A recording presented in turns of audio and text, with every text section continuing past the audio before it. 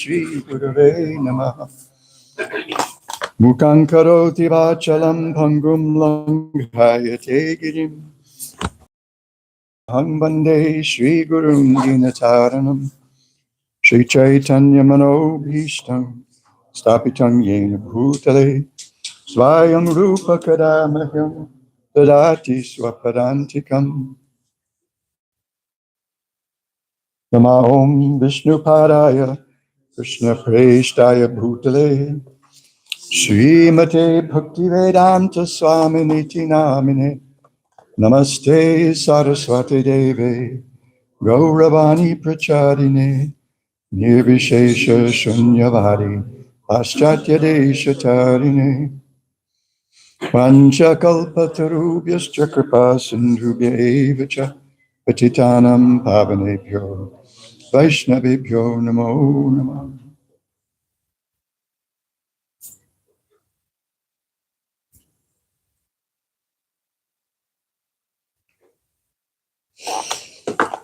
Old iPad, like me, a little slow sometimes getting going. I want to start with a verse from the Bhagavad Gita that's somewhat connected with something I've been thinking about a lot the last few weeks especially.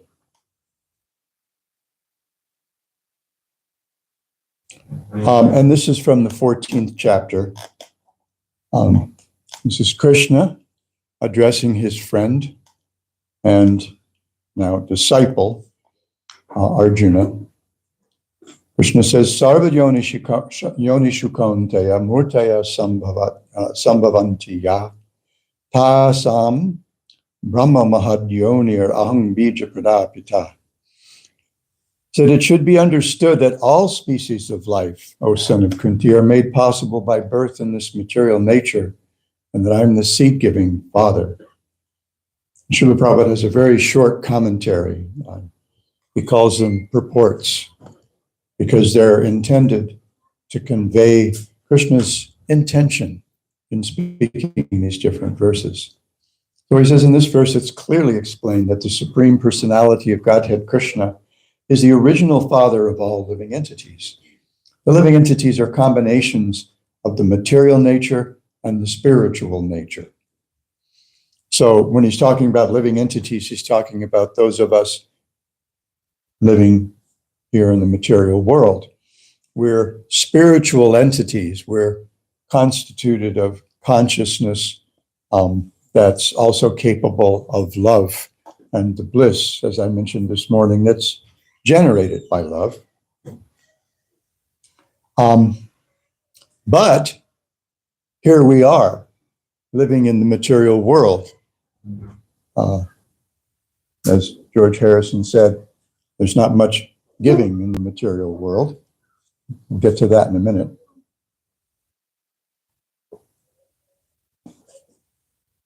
So part of who we are at the moment is this body and all the impressions that we carry on our psychic body from this life. And this particular life of mine is a little shorter than Suresh, far as I'm a few months behind him. I'll be 78 next summer. So that's a lot of stuff going on. And I actually went through some exercises earlier this year that made that really clear to me. Buddy, you've had a lot of stuff going on in your life. Some of it big, some of it little, some of it not noticed by anybody else, but the things that left those impressions on my heart, on my mind, on my intellect, my psychic, my entire psychic body, as well as all the matter that we're kind of carrying around with us. So we're as we're constituted now at the moment, Srila Prabhupada says, we're combinations of the material nature and the spiritual nature. Our essence is spiritual, but we tend to identify with matter. I'm a man, she's a girl. I'm old, young. starting to look like an old prune. And she's gorgeous and going to get even more gorgeous. Watch out. So, we're combinations of all these things. And that has to be accounted for as we live. I have a body and it gets sick. I need to take care of it. This is my vehicle in this lifetime. This is how I get things done, how I move through the world. So just as I need to take care of my car by getting an oil change every, I guess, depending on how much you pay for your oil, 3 months or 5 months, getting a lube job. I remember being a teenager and Saturday mornings before I could go do stuff, there was some time spent under the cars, guided by my dad, who was determined that, first of all, I'd be a little bit responsible, and I also understand how the darn things worked. So, we need to do these things to maintain our cars. We need to do certain things to maintain our bodies. We need enough, we need to work enough to generate the wealth we need to live in this world. We need to sleep. We need to eat. We need to play. So these things are all, if we do all these things in a regulated way, that contributes to being healthy. And then we have our mental and emotional health that we need to pay attention to as well. So we're a combination of these things. Such living entities are seen not only on this planet, but in every planet. Newsflash.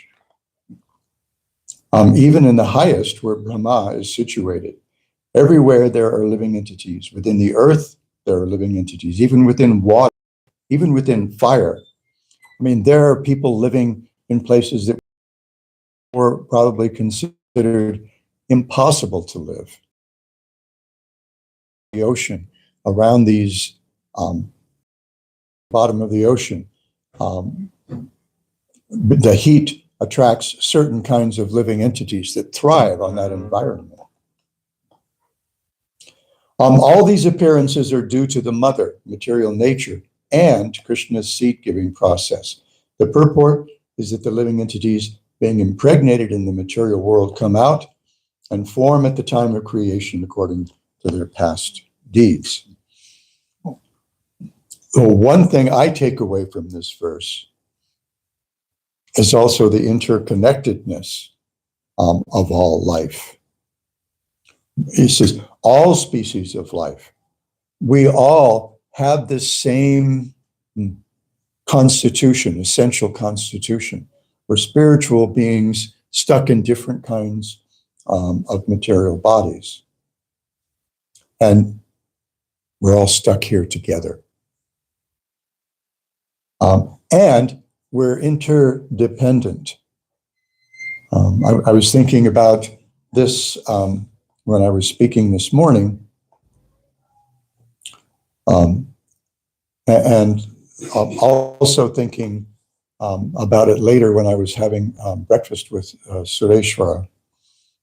I was reminded of, I was talking about trees. Krishna, I was citing some verses that Krishna shared with his cowherd boyfriends in the forest of Vrindavan, glorifying the trees for their magnanimity, their generosity. I want to get to that. 15, okay. I think I can do this. But before I want to do that, I also want to show, I want to acknowledge that this interconnectedness is something that's becoming more and more apparent, even to apparently materialistic people. There's a book written some years ago. Recently, maybe the last 20, 25 years, there have been a number of different people in different fields who demonstrate the interrelationship among all the plants in a forest system, for example. There was a book by Peter Wolleben, an Austrian botanist or forester or something. I can't remember. And I don't remember the title of his book, but that was kind of like the first big splash that at least that I noticed, where he showed how plants communicate under the ground, and the mycelia from the fungus that grows in the ground aid in that communication. They supply each other food. They starve each other. Sometimes they poison each other. They warn each other. If a certain kind of bug or something attacks a particular tree, it'll send out chemical signals to the other trees in its network, warning them, watch out for this. And then there have been some others. Another well-known book is by a Canadian botanist. I think she's a botanist, named Suzanne Simard, who's been studying forest systems since she was a teenager, I think. And this this book is another contribution. This is a book called The Songs of Trees by a man named David George Haskell, who's a botanist at Swami, the University of the South. So I have some excerpts from his preface that I particularly appreciate. He says, for the Homeric Greeks, kleos, fame, was made of song. Vibrations in air contained the measure and memory of a person's life.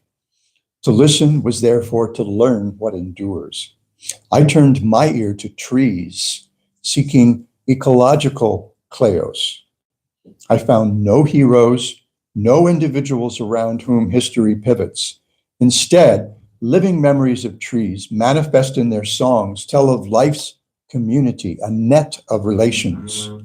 We humans belong within this conversation as blood kin and incarnate members. To listen is therefore to hear our voices and those of our family. In each chapter of this book attends to the song of a particular tree. I sought trees in places whose natures seemed quite different. In all these places, tree songs emerge from relationship. Although tree trunks seemingly stand as detached individuals, their lives subvert this atomistic view. We are all trees, humans, insects, birds, bacteria, pluralities. Well, another sense in which we're pluralities is that we're combinations of material nature and the spiritual nature. Life is embodied network. I think this is one of the most powerful statements in the English language outside of the writings of my spiritual master and other Gaudiya teachers who've written in English. Life is embodied network. We are all connected. These living networks are not places of omnibenevolent oneness. Indeed, they are where ecological and evolutionary tensions between cooperation and conflict are negotiated and resolved. These struggles often result not in the evolution of stronger, more disconnected selves, but in the dissolution of the self into relationship. And indeed, this is the very nature of spiritual life. It's to reestablish our relationship with our source, with our seed-giving Father, Krishna, the absolute truth, the supreme personality of Godhead, in love. And he is that one entity who's able to not only reciprocate all kinds of love, but all degrees of love. He says in the Bhagavad Gita that he responds to our approach according to the nature and intensity of that approach. He admits at one point with the gopis of Vrindavan, if you understand a little bit about Krishna's nature and his pastimes, he admits to them that he's not able to follow through on that promise with them. Their love is so intense. But generally, that's how he responds. And when we think about these networks of trees that we see in forest systems. Oh, what happened?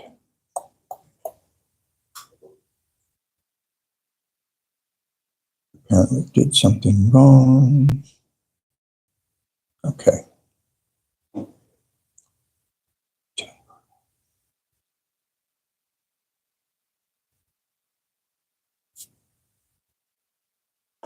Oh, that's wrong too.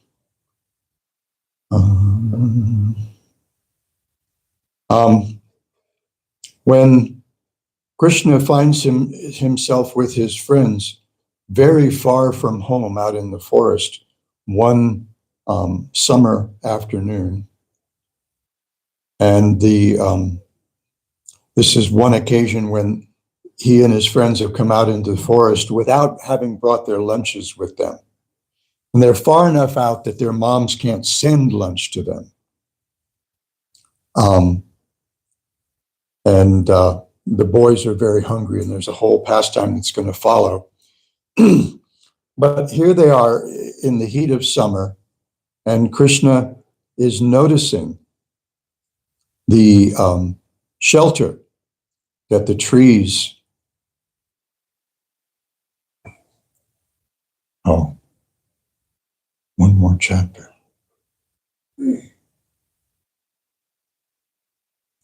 That the trees are providing.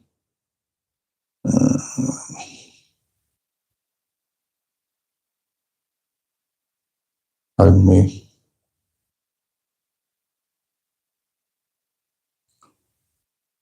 Old men and modern technology, not always the best fit.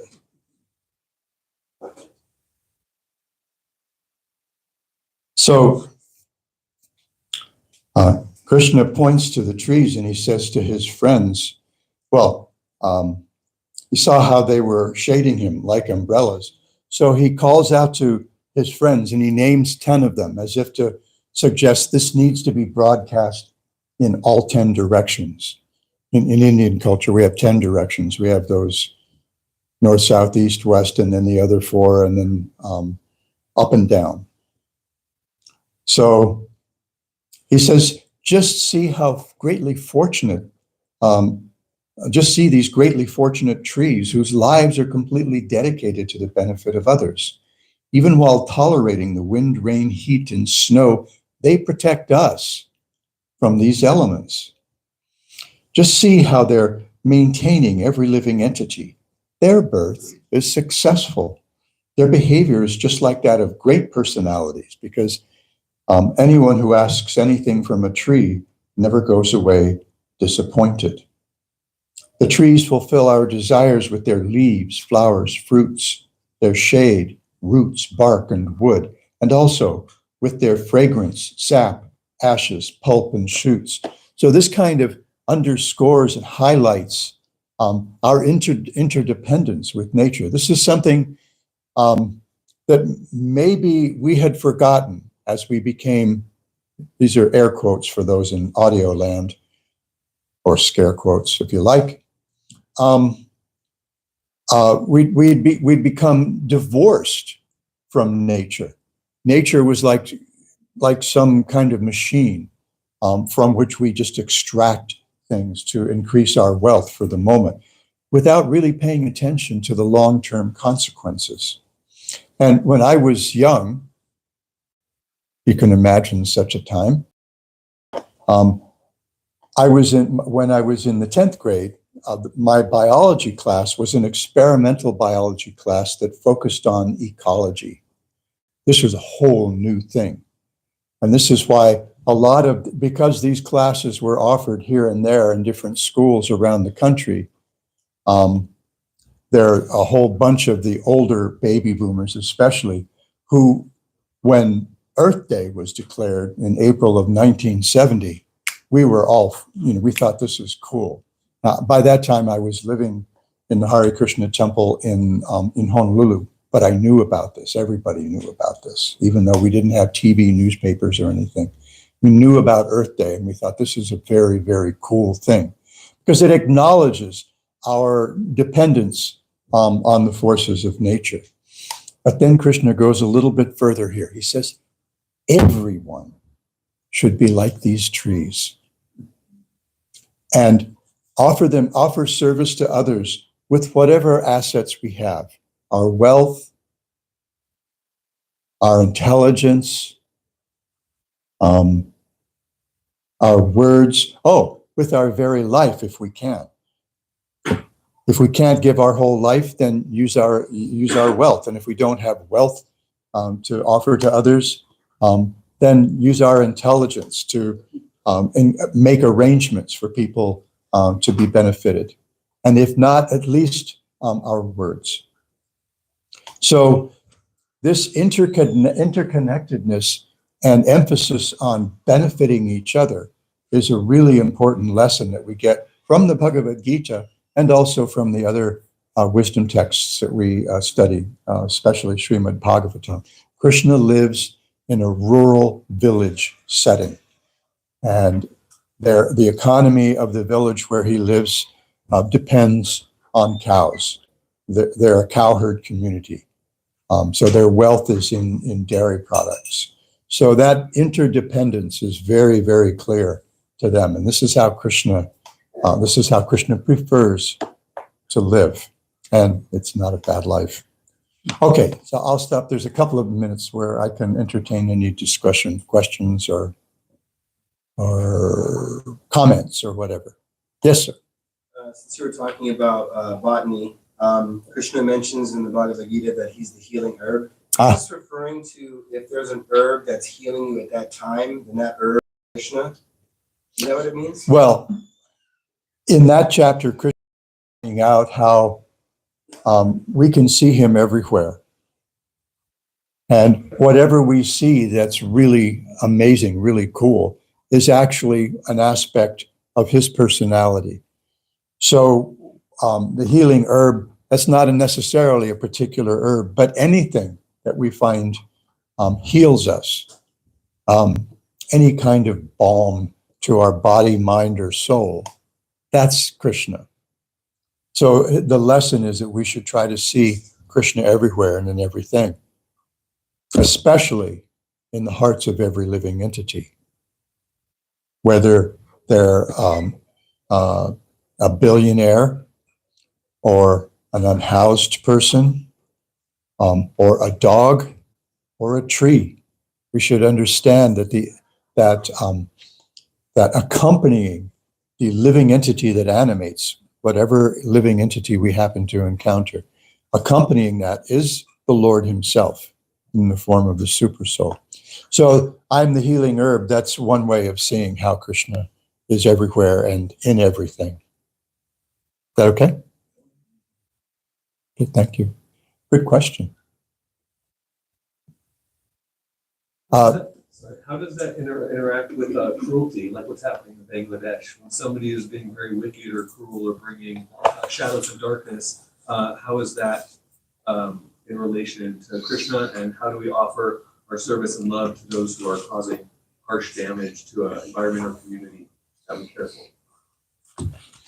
Well, how we respond to that depends on our situation, depends on what we actually have to offer and the kind of relationship we have with those people. Cruelty is a denial of those interconnections. It's as simple as that. I'm different, I'm apart from you. You're not me. You're not one of us. So we give ourselves permission to deal cruelly with others, with animals, with plants, with other human beings, by divorcing ourselves from them, by over-identifying with the cage in which we're trapped, thinking, oh, this is me. I'm a white man, so people of color coming into my country, they're all trying to take my wealth. To heck with them. We don't, we treat them as less than human. And literally, with our language and our behavior, we dehumanize people. We dehumanize people on the other side of a political line, whether it's, parties within our own country, which we see very clearly now, very starkly nowadays, even more than ever before. And I grew up among the political class. I grew up in Washington, D.C. area. And then people from other nations, we dehumanize them. We have names, during World War II, we had bad names for the Germans and for the Japanese. And when I was in the service during the Vietnam conflict, we had bad names that were meant to dehumanize, especially North Vietnamese people. But we didn't always treat South Vietnamese people all that well either. But the North Vietnamese were certainly not human. They were just targets. So that kind of cruelty, it creates more cruelty in response. This is the way nature works. This law of karma, action and reaction. So we create a mess. George Bernard Shaw wrote a poem about that, how our slaughterhouse economy actually is responsible for, bears much of the responsibility for the wars that we find ourselves in. Anything else really quick? I hear noises and I'm looking at the clock.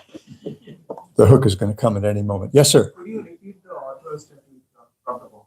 What new authors? Oh, his name's David George Haskell. Haskell.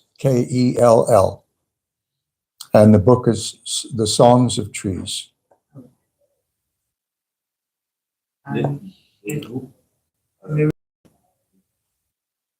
Anything? Okay, thank you so much. Hare Krishna.